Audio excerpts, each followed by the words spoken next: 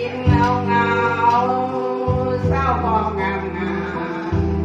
มีคุณถามว่าเธอไร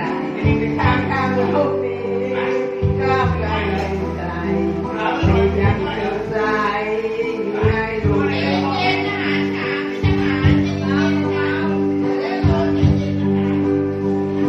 ิ้มเงาเศร้าพองงามคนดีแบกหามโลกวันนี้แม่นายของครึ่งของเธอที่สร้างที่นำ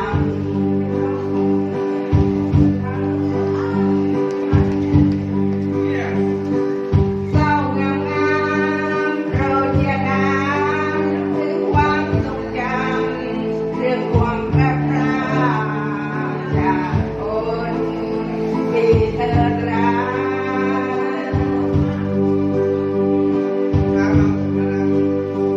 ยิ้มเงา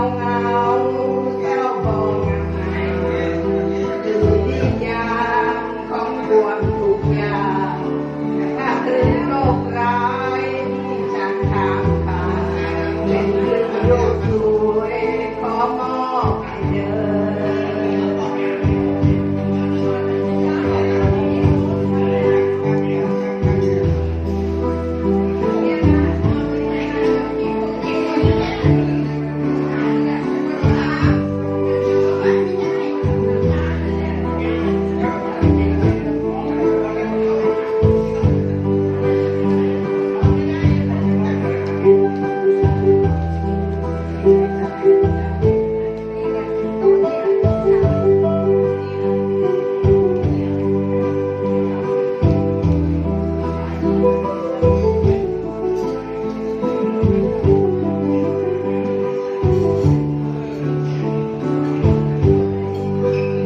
เศร้างามโปรดอย่าถามถึงความทรงจำเรื่องความรักจากคนที่เธอรักยิ้มเงา